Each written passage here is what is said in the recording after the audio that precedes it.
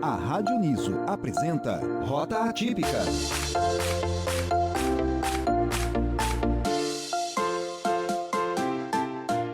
Olá, sejam bem-vindos a mais uma edição do Rota Atípica. Eu sou o João Aoki, jornalista e autista com nível de suporte 1. E eu sou a Milena Rodrigues, apresento o programa juntamente com o João. E a minha vivência no autismo teve início com o meu irmão, que agora tem 5 anos. Ele é autista não verbal, com nível de suporte 3. E nós estamos aqui para representar não só as pessoas autistas, mas também as famílias que, mesmo diante de um mesmo diagnóstico, vivem uma jornada única, né? Que é uma rota atípica. E pode seguir, João. Demorou. Aqui no Rota Atípica falamos sobre o autismo de forma acessível e acolhedora, trazendo informações, experiências e reflexões, tanto para quem está dentro do espectro quanto para suas famílias. Este programa é supervisionado pela professora e coordenadora do Labicom, Evenise Batista. Na nossa edição passada, a gente recebeu o psiquiatra Dr. Matheus Marcelo e a gente teve uma introdução ao autismo. E nessa conversa a gente acabou entrando também nessa questão do atraso da fala. E hoje a gente trouxe a Franciele Almeida, que é uma fonoaudióloga especialista em TEA, para nos explicar esse processo. Então, se você não sabia que esse atraso pode acontecer ou tem curiosidade sobre esse tipo de terapia, continua aqui com a gente. Olá, Franciele, bem-vinda. Olá, tudo bem, João? Graças a Deus. Que honra estar aqui, hein, com vocês. Ai, a honra Verdade, é toda nossa. a todos nós, né? Obrigado por ter aceitado o nosso convite e por estar aqui. Perfeito. É uma honra para mim, né, tá trazendo um pouquinho de informação sobre a fonoaudiologia, sobre o autismo, sobre o atraso de fala. Bom, eu sou a Franciele Almeida, sou fonoaudióloga, sou formada há 16 anos. Passei pela Uniso na pós-graduação de psicopedagogia clínica institucional, mas no decorrer da minha profissão, assim como o próprio nome do programa diz, Rota Atípica, eu tracei novas rotas, né? Eu não fui para a área da aprendizagem. Eu falo que eu não escolhi o autismo me escolheu, né? Desde a época da faculdade, eu entrei para fazer a faculdade de fonoaudiologia para buscar comunicação. Eu era atriz e eu fui para trabalhar a parte da voz. Mas desde o primeiro dia do curso de fonoaudiologia, me apresentaram o autismo e aquilo me trouxe um encantamento, né? Eu falei, não, é isso mesmo que eu quero para minha vida. E desde então, eu tenho me dedicado aos estudos relacionados à comunicação e ao autismo. Que legal. Fran, assim, para começar já com essa entrevista muito boa que a gente vai ter, a gente quer saber quais são as áreas de atuação da fonoaudiologia. E você poderia explicar um pouco sobre elas dentro dessa área? Sim, claro. A fonoaudiologia ela é um campo muito aberto, tem inúmeras áreas, né? Mais especificamente, temos a área da linguagem, a área da fala, a área da motricidade orofacial, audição, voz. E aí, dentro dessas áreas, tem várias formas de atuar dentro da fonoaudiologia, né? Hoje em dia, nós temos a fonoaudiologia em perícia, né, que é a fonoaudiologia forense, tem a parte da estética. Então, a fonoaudiologia, além dela ser uma ciência que estuda e que atua na prevenção da comunicação humana, no desenvolvimento da comunicação humana, ela consegue caminhar por outras rotas, né? Relacionado à linguagem e à fala, existem muitas dúvidas, né? Todo mundo acha que linguagem e fala é a mesma coisa, e na verdade não é. A linguagem, ela está ligada mais à estrutura do pensamento, à organização daquilo que o ser humano entende de mundo ao seu redor, né? Para fazer sentido. Quando eu tenho uma boa linguagem, eu consigo falar. E a fala é separado da linguagem, né? A fala, ela é o ato de falar, é a articulação dos sons, né? Em toda a sua forma. A voz trabalha as dificuldades relacionadas ao canto, pessoas que às vezes passam um procedimento cirúrgico e acaba afetando as cordas vocais, tem paralisias de pregas vocais. Se eu for entrar em cada área, a gente vai ficar até amanhã aqui conversando, né? Exatamente. Mas falando relacionado ao autismo, um dos principais prejuízos que uma criança autista, né, um indivíduo que esteja dentro do espectro, vai afetar a linguagem e a fala. Pode acontecer, né? Não é geral, mas pode acontecer. É o sinal de alerta, né, do desenvolvimento deles quando ocorrem esses atrasos. Então, é a fonoaudiologia que vai focar, né, em ajudar e a melhorar a qualidade de vida desse indivíduo. Nossa, Fê, é muito interessante essa questão, assim, da linguagem da fala que você falou. Então, por exemplo, a linguagem corporal, essas coisas também, tudo estaria dentro? Sim, né? Quando se fala em linguagem, não é só a linguagem verbal, tem a linguagem não verbal, né? Os gestos, porque eu posso me comunicar de muitas formas, não necessariamente falando, né? Eu aponto, eu mudo as minhas expressões, então tem a linguagem não verbal também, Ai. gestual. Muito legal. Aproveitando, né, que a gente está nessa questão, quais seriam os sinais que indicam que uma criança pode precisar desse acompanhamento da fono?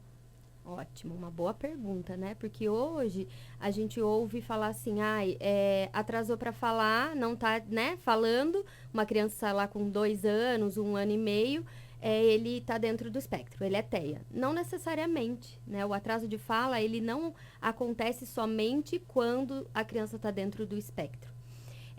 O sinal de alerta já começa desde bebezinho, né? A fala, ela já começa a aparecer ali desde bebezinho. É uma criança que olha, um bebezinho que olha, é um bebezinho que observa e responde às expressões faciais dos pais, dos cuidadores. É um bebezinho que, quando você chama, ele identifica o som e ele procura esse som. É um bebezinho que lá entre os 4, 5 meses, hoje em dia a gente já vê bebê um pouco mais novo, já balbuciando, fazendo sonzinhos, tateando, né? Os fonemas, os sons, fazendo as vocalizações. Quando a criança está ali entre a partir dos 9 meses, né, em diante, ela já começa a tatear palavras, né? Um mamão, um papá. E se ela não apresenta esse tipo de tentativa, essa iniciativa de comunicação, já começa a acender um sinalzinho de alerta. E aí é a hora de procurar, né? A gente sempre fala que não espere o atraso para você procurar o profissional, né? Não espere um diagnóstico. Nós falamos da fonoaudiologia hoje não somente por conta de um diagnóstico, e sim por uma estimulação precoce, né? Para evitar de que esse atraso que possa vir a acontecer traga um impacto maior no futuro dessa criança. Então, quanto antes, né, os pais observarem que tem um sinal de alerta, tem que buscar, precisa buscar, porque é o profissional da fonoaudiologia que vai orientar essa família, que vai estimular essa criança para que ela consiga retomar os marcos do desenvolvimento. Muito legal, Fran, muito legal. Além disso, a gente quer saber também, hoje em dia, como está o acesso da fonoaudiologia no sistema de saúde pública. Que a gente é bem curioso para saber sobre isso. Né? Eu até fui dar uma pesquisada antes de vir, porque eu atuo em clínica, né? Eu trabalho com convênios e particular. Então, eu não tenho acesso ao SUS, né? Eu não sou uma profissional que trabalha na saúde pública, mas eu pedi para os meus universitários, Né? minhas parceiras que atuam na área, né? E, assim, tá muito difícil, existe muita fila de espera, existe muita procura, mas qual é o fluxo, né? Como chegar até um atendimento oferecido pelo SUS? Normalmente é o UBS. Então, os pais levam essa criança até a UBS, né? Marcam com um pediatra ou um clínico geral. E lá, o clínico e o pediatra vai avaliar, os pais vão levar as queixas e eles vão encaminhar. Quais serão esses tipos de encaminhamento? Aqui em Sorocaba, ele pode ir para o fluxo de encaminhamento que é o interrogado, porque a criança ainda está em processo de diagnóstico, então é uma interrogação, ou ele já vai para o TEA confirmado. Foi para esse fluxo, aí vai tentar a vaga para conseguir esse apoio terapêutico com os profissionais da área. Não necessariamente o atendimento vai ser dentro das UBSs, a prefeitura tem parceria com ONGs, com associações, e aí vai tentar essa vaga nessas outras possibilidades, né? Mas é por esse caminho, precisa vir pela UBS, tá? Entendi. Obrigada, inclusive, por explicar isso, porque geralmente a gente fala sobre essas terapias e tudo mais, só que é muito difícil realmente no SUS. Então, muita gente não sabe qual é o processo dessa triagem, de como faz para alcançar. E quando você pesquisa, por exemplo, no Google, essas informações, você não acha Não a acha. porcentagem de pessoas que estão na fila de espera ou algo assim do tipo. Sim. É bem difícil mesmo de conseguir a vaga ou até mesmo de tirar essas informações, né? Quando você leva o seu filho no SUS, né, no médico, no clínico ou no pediatra, e você já tem um laudo, isso acaba facilitando um pouco porque já é direcionado, né? O autismo é o TEA confirmado, então acaba que já entra na fila ali. Agora, quando é o interrogado, existe um processo para esse diagnóstico ainda, né? É diferente de uma família que tem um convênio, né? Ou tem poder aquisitivo para pagar a terapia, de ir buscar para fazer o processo diagnóstico. Não necessariamente eu vou atender aquela criança com um diagnóstico. Ela vai passar por avaliação, por uma triagem, um acompanhamento para daí sim chegar num diagnóstico, né? Os métodos do seu trabalho, o que você mais utiliza para o desenvolvimento de falas para os pacientes autistas? Legal, uma boa pergunta, né? Uhum. Dentro da fonoaudiologia, existem vários caminhos para você atuar na intervenção dessas crianças, né? Sim. Eu, como fono, como profissional, a primeira coisa, a criança chegou, nós fazemos uma avaliação, um checklist, né, de protocolos, do desenvolvimento da linguagem, para conseguir olhar para aquela criança e entender em qual é a fase do desenvolvimento que ela está, em qual fase ela está, né, com prejuízos ali para aquele desenvolvimento específico da fala e da linguagem. E dentro disso, eu vou avaliar qual seria a melhor abordagem, né? Dentro da fonoaudiologia, tem a abordagem do desenvolvimento, tem o que é muito falado agora, análise do comportamento aplicado, é uma das áreas que eu atuo, né? Trabalhando a questão do comportamento, mas a estimulação dessa criança, cada caso é um caso, né? Quando você recebe aquela criança e você avalia, você vai conseguir compreender, ter um raciocínio clínico adequado para aquela criança. Não é uma receita de bolo. Eu poderia falar, não, João, é isso, isso, isso. Não, cada caso é um caso. Tem crianças que precisam mais de outras terapias, não que vai isentar a fonoaudiologia, mas eu preciso que uma TO trabalhe a questão sensorial daquela criança juntamente comigo para que eu possa regular ela no ambiente terapêutico. Eu preciso que o psicólogo também atue na questão, às vezes, do comportamento, na questão socioemocional, que é algo que pega muito, né? Eu sempre falo assim para as mães das crianças que passam por mim. De nada adianta eu forçar ele a fazer algo. Uhum. O desenvolvimento, ele tem que ser algo natural, assistido, mas o afeto precisa ser levado em consideração, né? Não precisa ser algo forçado, e sim algo motivador. Algo que traga aquela criança para a terapia e ela saia chorando por não querer ir embora.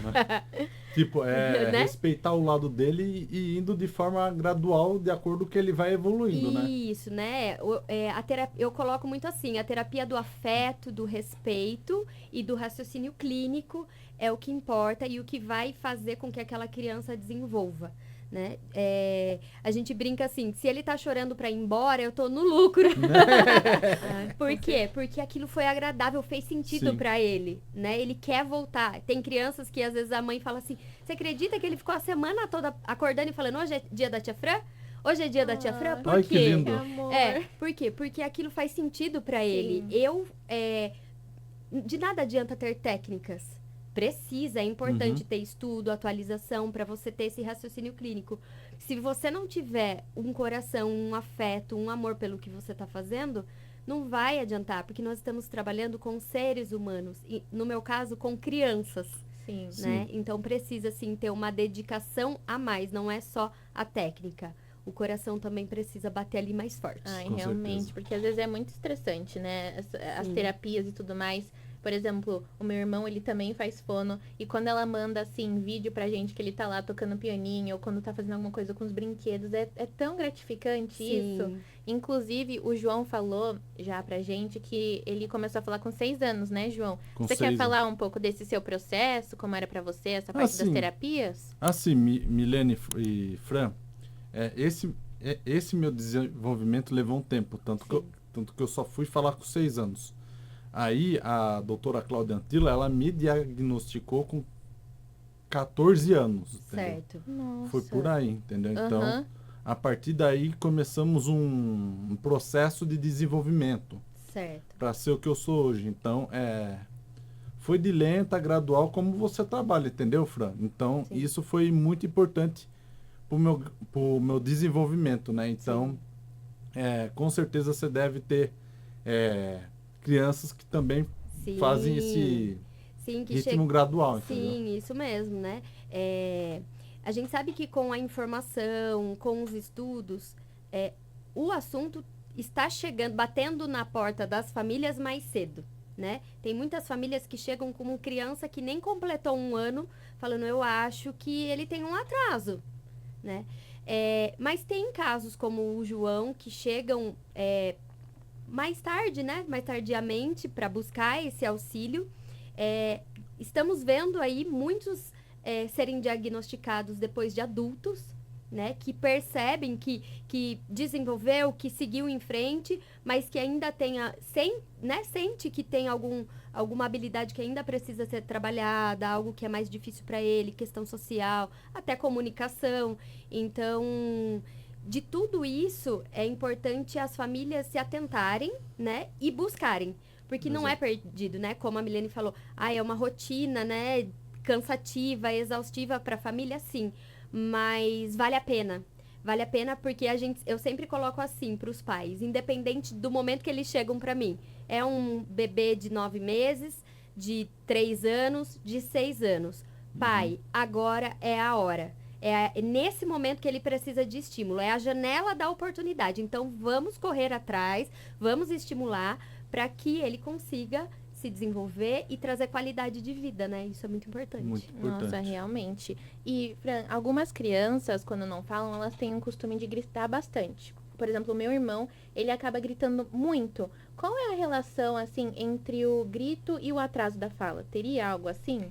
Está totalmente ligado, né? Se eu não consigo me comunicar falando, eu vou me comunicar de outras formas. Então, ou eu grito, ou eu, né, bato na pessoa ali, eu me movimento, ou eu escrevo, né? Tem casos que não consegue falar, mas consegue escrever.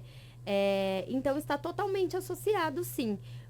Por outro lado, nós temos também, dentro do transtorno do espectro do autismo, crianças que gritam como uma forma de se regular, né? Se regular num ambiente, né? De se organizar naquele ambiente. Então, está totalmente associado, sim.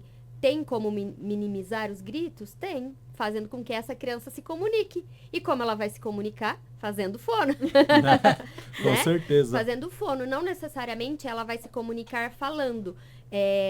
Hoje se fala muito da comunicação multimodal. Eu me comunico, seja por comunicação alternativa, seja por gesto, seja por escrita, né? Então, é importante ter essa procura do profissional especializado para que possa ir organizando, né, essa criança de uma forma que ela possa conseguir compreender o jeito que ela vai se comunicar para que ela seja compreendida. Entendi. Né? Interessante, Fran, do jeito que você falou.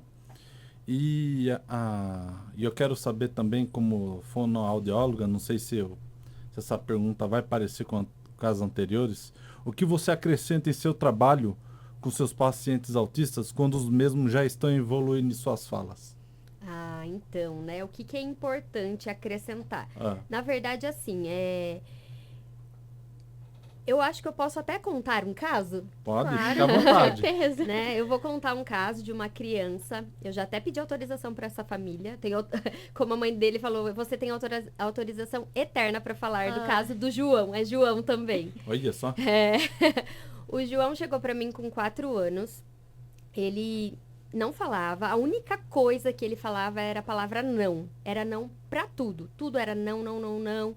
Era uma criança que tinha comportamentos bem graves em relação à agressividade, a não querer fazer nada, comportamentos desafiadores, né? Ele entrava na sala de terapia, já entrava debaixo da mesa e dali ele não saía, e eu ficava pensando, meu Deus, como eu vou acessar essa criança, como que eu vou me conectar com ele, né? O que eu vou fazer? E a gente pesquisa, a gente estuda, mas parece que em alguns momentos a gente se sente tão perdido, tão...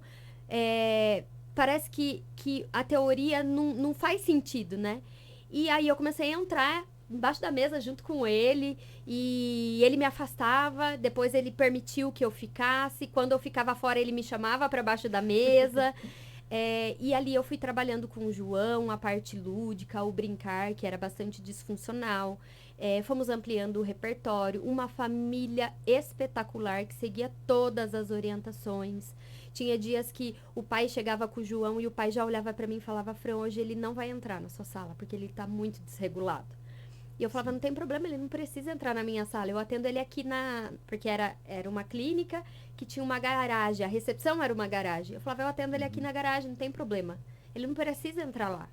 Então, assim, eu adaptava tudo que era necessário para que eu chegasse até ele e a gente se conectasse. O João foi desenvolvendo, foi ampliando o repertório. Aí eu comecei a trabalhar os fatores, as questões emocionais dele, nomear os sentimentos. João começou a falar frases, João começou a evoluir. João já não entrava mais embaixo da mesa.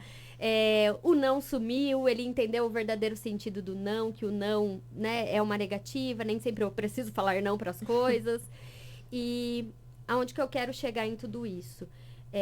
A flexibilidade terapêutica é muito importante, o olhar flexível, né? Você planeja aquela terapia e se a criança chega e ela está totalmente, né, desregulada, de nada adianta você, né, forçar e você não vai conseguir atingir nenhum objetivo. Hoje o João está com 7 anos, o João não passa mais comigo, por quê? Né? Quando você fala assim, o que você coloca, né? Você agrega aí na sua terapia quando a criança evoluiu. Eu encaminho ela se ela precisa continuar com a fono. Né? Eu encaminhei o João para uma fonoaudióloga que ia trabalhar só os aspectos de articulação dos sons, que é a única dificuldade que ele tem hoje. Hoje ele comunica, ele fala, ele interage, ele socializa. Então, assim, o agregar quando a criança evolui é também para nós terapeutas entender que elas não serão eternamente nossas. É satisfatório, né, como fonoaudióloga, né? Muito, muito. E deve a gente bater uma saudade também, bate saudade. Hoje o João está em um outro projeto que a gente tem na clínica, eu ainda encontro com ele, né? E ele sai com cada coisa que ele fala, eu falo: João, aonde que você foi parar, né? Então, assim, você, de fato, olhar para aquela criança, para aquele indivíduo e entender que você pode fazer a diferença na vida dele. Tem que ser assim. Se não for assim, nem entre no caso, nem atua na área. E isso não é só para a área da saúde, é qualquer área. A gente precisa fazer a diferença na vida das pessoas, né? Sim. Ai, que lindo ouvir você falando assim também, porque essa questão que nem você falou de adaptar, porque realmente é uma coisa muito estressante. Eu já fui com meu irmão várias vezes em terapia, que ele tava super nervoso, tava chorando. E é tão importante você ir se adaptar, tentar outras coisas. E é muito difícil você ver pessoas com paciência para isso, né? E uma profissional falando assim... E assim, a gente precisa, como profissional, ser humilde, né? Tirar o nosso jaleco, né? De doutora, de doutor. E, de fato, olhar para aquele indivíduo. Sentar no chão, rolar no chão, Tem crianças que chega na minha sala e aponta para a cabana e eu monto a cabana e a gente faz a sessão inteira dentro da cabana, porque se é essa forma que ela se sente segura para que eu acesse ela, para estimular a fala, é dessa forma que a gente vai trabalhar. Eu acho que essa fala sua mostra muito sobre a importância das terapias e da fonoaudiologia. E já puxando também para outra pergunta, né? Que as pessoas desconhecem dessa importância muitas vezes. E quais são os mitos mais comuns que você costuma escutar sobre a sua profissão? Tem muitos. O primeiro mito, assim, é que eu vou levar na fono porque ele vai falar. Né? Eu ouvi a entrevista com o Dr. Marcelo, né? E falava, a criança tem tantos anos, ela vai falar? Não sabemos. Não posso dizer se ela vai falar. A fono não faz milagre. Mas uma família que segue as orientações, que estimula, que dá continuidade naquilo que a profissional especializada está fazendo, um milagre pode acontecer. Talvez não da forma que essa família espera, que é a criança falando, né? Você ouvindo a voz dela. Hoje eu trabalho com a comunicação alternativa, né? E eu tenho casos que a mãe estava desesperada, queria que ele falasse. Eu falei, a gente vai dar voz para o seu filho. Vamos começar a implementação da comunicação alternativa. Hoje ele fala pelo tablet, ele pede lá, eu quero ouvir Milionário José Rico. Meu Deus! Entendeu? Eu não quero vir na terapia, eu não queria estar aqui, eu tô cansado, eu estou ansioso porque daqui a pouco eu vou na natação. Ele não fala verbalmente, ele se comunica pela comunicação alternativa, pelo comunicador. Então, o primeiro mito e que a gente precisa quebrar esse paradigma é de que eu vou levar na fono e ele vai falar. Ele vai falar se ele quiser falar. No né? direito dele, No né? direito dele, da forma dele. Tem muitas coisas que a gente ouve, que nem até mesmo da comunicação alternativa. E você vai dar um tablet aí pro meu filho falar um comunicador ou uma prancha de comunicação, ele nunca vai desenvolver a fala. Não, se ele tiver predisposição para falar, se ele não tiver nenhum outro transtorno que esteja impedindo a fala, ele vai falar. A gente vai usar a comunicação como ampliação. Eu tenho crianças que começaram a usar o comunicador e hoje estão falando, não estão dependendo tanto do comunicador, né? Então, existem inúmeros mitos aí que nos rodeiam, né? Incrível, impressionante, né? Como a gente tem que combater, né, Fran? Sim. Então, aproveitando aqui, queremos saber também se há alguma recomendação específica para os pais que estão começando a perceber alguma dificuldade de comunicação do filho ou da filha também, né? Sim, é muito importante que eles estejam atentos, né? Quando nós levamos os nossos filhos no pediatra, tem aquela carteirinha e lá naquele livrinho tem os marcos do desenvolvimento para cada fase, né? E a gente ouve muito, às vezes, que chega pra gente falando assim: eu levava no pediatra, mas o pediatra falou que estava tudo bem, que cada criança tem seu tempo. De fato, cada criança tem seu tempo, mas se a família começa a perceber que aquela criança, você chama, ela não olha, você chega perto dela e tá conversando, tá brincando, e ela não mantém o contato visual, se ela tem um brincar repetitivo, se ela não fala, isso é independente, né? O atraso de fala, ele não está, como eu já falei, não está só integrado a um sinal, um sintoma do autismo. Tem outros transtornos da comunicação que podem sim acontecer o atraso de fala, né? Então, a sua criança tá aí com 12 meses e ela não tem um repertório, vai buscar um profissional da fonoaudiologia. Se o pediatra que você passa não deu o encaminhamento, procure outro profissional para conseguir esse encaminhamento. Eu sempre falo, né? É melhor pecar pelo excesso, né? Percebeu, mãe? Eu atendi crianças que chegou para mim, a mãe se descabelando, ele tá atrasado, ele não tá falando, será que ele é autista? Mãe, calma, respira, vamos ver, vou avaliar. E quando a criança vem para uma avaliação, a gente já faz a estimulação, né? Já vem a intervenção. Eu já coloco na prova diagnóstica a intervenção, porque às vezes a criança não vai precisar ficar na terapia, não. Fala, mãe, você só vai precisar estimular nisso. Eu vou dar uma orientação e a mãe vai levar essa criança, né? Porque não tem um atraso ali, um diagnóstico específico, né? Então, corram atrás, perceberam. Se a escola falou, nem sempre a escola fala besteira. A maioria das vezes a criança vem encaminhado da escola porque a escola percebeu o atraso e a família não, né? Então, assim, é importante validar toda e qualquer interrogação que apareça quando você olha o seu filho e fala, epa, peraí, tem alguma coisa. Vá atrás, porque o quanto antes, né, buscar a fono, nós vamos lá auxiliar para que ele desenvolva essas habilidades que ainda estão defasadas. Com certeza. Fran, e além do caso do João que você comentou, teria algum outro caso que também te surpreendeu muito? Talvez de uma criança que teve a fala mais tardia, ou que talvez não falou, né, com palavras, como você falou, mas se comunica de outras formas? Sim, essa criança que eu falei que pede no comunicador, né, as músicas, ele tem até um gosto bem diferente de uma criança de 7 anos, ele tem 7 anos, ele gosta muito de sertanejo raiz, é uma criança que me surpreendeu muito. Esse menino tem bom gosto. Eu concordo também. Ele me surpreendeu muito, porque foi uma criança que chegou pra mim com 2 anos, nível de suporte 3, era um caso bem grave. Como ele não conseguia se comunicar, ele tinha muitos comportamentos disruptivos, ele era agressivo, autolesivo, né? Ele também se machucava. E a partir do momento que eu comecei a implementação, ele voou. Ele voou no sentido, assim, de começar a falar, né? Ele canta, ele fala. Eu sempre, né, coloco assim, e é uma coisa que nós fonoaudiólogas temos, nós não podemos presumir, na verdade, nós temos que presumir competências. Né? Você olha para eles e fala, ela não vai, então eu não vou usar essa técnica, eu não vou, né, usar esse recurso. Não, vamos usar, porque é isso que vai fazer a diferença na vida dele. Então, esse foi um dos casos que até me fez mergulhar mais na comunicação alternativa, de entender que é para todos, qualquer atraso, vamos lá com a comunicação, porque é ela que vai dar esse suporte mesmo para dar voz para essa criança. Você pode explicar mais um pouquinho como que funciona esse comunicador em relação ao tablet, como que é isso? Sim, não é só tablet, né? A comunicação alternativa, ela é uma comunicação feita por símbolos, né? Ela tem toda uma hierarquia, tem todo um formato, né?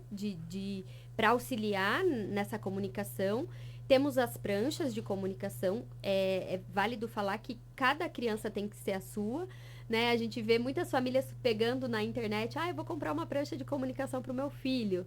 Eu tive um caso muito engraçado, triste, mas que depois se tornava engraçado de eu lembrar. Ele chegou com uma prancha desse tamanho, assim, uma prancha maravilhosa, com inúmeros símbolos e figuras ali. E quando eu ia me comunicar com ele, aquilo era disfuncional. Ele não conseguia usar, ele não conseguia achar, ele não conseguia apontar. Por quê? Porque aquilo não fazia sentido para ele, né? Não eram símbolos que era da linguagem dele, da vivência dele, do dia a dia dele. E ali a gente foi montando a prancha dele, porque tem a prancha física, tem a prancha do comunicador. No caso dele, foi usada essa prancha física e nós fomos montando e ele começou a ter uma comunicação funcional. Mas o que é interessante é que, como ele não verbalizava, eu entendi a comunicação dele para mim sem ele precisar falar. Nossa. Um dia ele chegou com a prancha dele, eu falei, vamos que a tia Fran tem um monte de imagem para colocar aí na sua prancha que eu preparei. Sabe o que ele fez na recepção? Fez voar a pasta dele assim, Nossa. Então, ali ele falou pra mim, eu não quero isso, não faz sentido pra mim, né? Então, aí eu comecei a adaptar. E aí a gente tem os sistemas robustos de comunicação, que são os aplicativos dentro de um tablet, dentro de um iPad, que aí é com um repertório mais amplo, né? Tem a questão da pragmática ali dentro. Então, cada caso é um caso, é feita uma avaliação para isso, um protocolo, né? Para ver o que vai ser mais acessível para aquela criança. Então, Fran, a gente vai aproveitar o gancho do que você está falando, né? E a gente quer saber também, Fran, sobre o desenvolvimento dos autistas ali na sua profissão. Quais as práticas de fono que você usa para evitar o estresse dos pacientes autistas? Primeira coisa, me acalmar. Né? Estar muito segura do que eu, né, vou fazer. Por mais que eu tenha planejado, como eu já falei, tenha planejado a sessão ali, hoje eu vou trabalhar tal coisa com ele, o brincar. E aí ele chega muito nervoso, então assim, vamos entender o porquê ele tá nervoso, traz essa mãe para dentro do atendimento. Às vezes ele não quer que a mãe vá, ele quer que a fono fique ali com ele. Eu dou o espaço dele, eu espero ele se acalmar.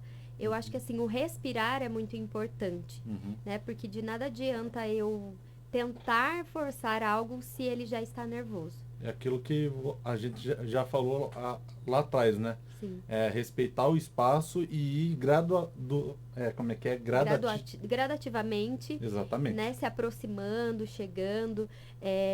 Quantas vezes eu preparei uma sessão maravilhosa, falei, nossa, essa ideia foi muito legal, ele vai adorar. Não consegui fazer nada daquilo que eu preparei, porque ele estava nervoso, né? Ele precisava, às vezes, de um colo, né? Eu tenho muitas sessões que eu falo, hoje foi coloterapia.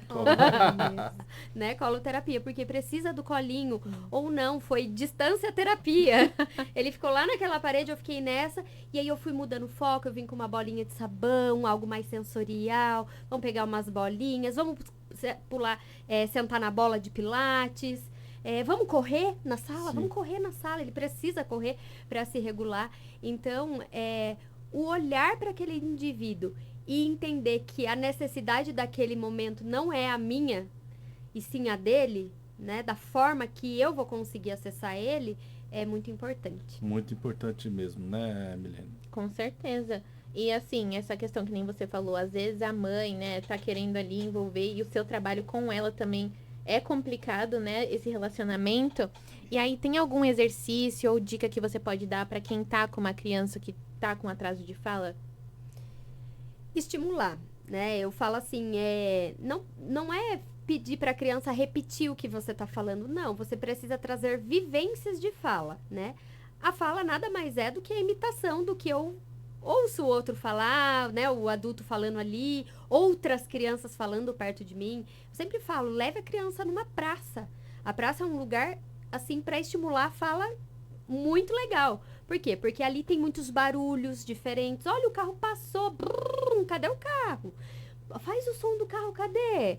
Olha, o amiguinho subiu, vamos subir. Faz o som do subir, no escorrega, do descer, no escorrega. Subiu, desceu. Você ouviu? O que é aquilo? É um cachorro. Como que o cachorro faz? Au, uau, vamos correr atrás do uau, uau, corre, corre. Então, olha quanta coisa você consegue, de uma forma natural. É diferente de você pegar a criança e falar, ó, esse é o cachorro, fale pra mamãe, cachorro. Não que isso não vai acontecer, né? Em alguma fase ali do desenvolvimento dela. Mas aquilo que é natural, trazer ampliação de mundo, né? Repertório de mundo. Vou no mercado, fazer a criança ajudar a colocar as coisas no carrinho, pegar as frutas, são vivências. Eu falo que, assim, nós somente aprendemos aquilo que nos faz sentido e aquilo que é palpável, né? A fala é algo muito complexo. A linguagem é uma complexidade gigantesca. Então, quanto mais eu trago aquilo para o concreto, mais a sua criança vai conseguir desenvolver, né? O banho é um momento também de oportunizar a fala, né? A cantar musiquinhas ali para sua criança. A tela ajuda, né? A gente fala, né? A gente ouve as mães chegando, nossa, ele já sabe falar o alfabeto inteiro. Porque ele fica assistindo aquele desenho, né, lá do Joãozinho que canta o ABC. É a repetição. Mas e aonde que ele vai colocar essa repetição de uma forma funcional? É importante? É importante. Mas desde que seja monitorado, né? Leve para um parquinho, leve para o mercado, leve para o banho e estimule, né, de outras formas sem a tela. Porque para falar eu preciso olhar, eu preciso me relacionar. Certo. Então, Fran, infelizmente nós vamos finalizando por aqui. Passou tão rápido também que eu achei que foi fluindo. Nossa, tanto. tava muito bom esse papo. Assim, Fran, eu quero agradecer você por ter aceitado o nosso convite. Eu que agradeço. Sinta-se bem-vinda para voltar. E obrigado a você, ouvinte e telespectador do YouTube que esteve aqui com a gente. Até a próxima. E Fran, você quer fazer seu marketing também? Falar da clínica que você atende, sim, seu claro, perfil no Instagram? Pode falar. Eu atuo hoje na clínica Evolui, que ela se encontra na Vila Jardim, aqui em Sorocaba. Ela tem 2 unidades. Lá nós atendemos fono, TO, psico, psicopedagoga, musicoterapeuta, psicomotricista, nutricionista, tem as avaliações neuropsicológicas. Então, tem uma equipe muito bacana. Eu atendo crianças de 1 mês, né? A partir de 1 mês, até 6 anos, 7 anos de idade. Dentro da Clínica Evolui, nós temos um projeto que é Centro de Treino de Habilidades. Então, ali nós atendemos crianças para trabalhar as habilidades sociais, né? Fazer aquilo que está sendo trabalhado no individual, a gente coloca eles na sociedade. Ai, que legal. Né? Para trabalhar essas habilidades e, de fato, ter uma funcionalidade. Eu tenho meu Instagram, que é eufonofran, então confesso que não dou muita atenção para ele por conta da correria, Imagina, mas sempre que posso alimento ele, coloco postagens. Gostaria também de falar que a Clínica Evolui, uma vez no ano, faz a Semana da Conscientização do Autismo. Nós fazemos lives e trazemos profissionais para falar sobre o autismo. Que legal. Dia 2 de abril é o Dia Mundial da Conscientização. Aí é por volta dessa semana mesmo também? Ou logo na sequência ou no seguida. Final de abril, mas é dentro do mês de abril que a gente faz. Esse vai ser o 3º ano de lives. Ai, que legal. E a gente vai assistir, a gente vai acompanhar, pode Então, deixar. sigam as redes sociais da Fran E da Clínica? Clínica Evolui. Clínica Isso. Evolui, tá bom? Forte abraço, E por pessoal. favor também, né, acompanhe as nossas redes sociais, Sim. que é @rotatípica. Lá a gente também sempre disponibiliza os links das edições, das novidades sobre o programa. E obrigada, pessoal. Até a próxima. Obrigada, Fran. De nada, obrigada. E nós ficamos por aqui. Sigam as redes sociais do Labicon e do Rota Típica no Instagram e no YouTube. E no YouTube do Labicon você pode acompanhar o Uniso Economia com o jornalista e amigo Douglas Vale, que conversa com especialistas sobre os fatos econômicos do momento. Um podcast muito legal para você ficar por dentro da economia do nosso país e da região. E tem também o Uniso Saúde, que traz muitas informações necessárias sobre saúde. E se tiver alguma sugestão ou dúvidas, pode mandar pra gente. A Rádio Niso apresenta Rota Atípica.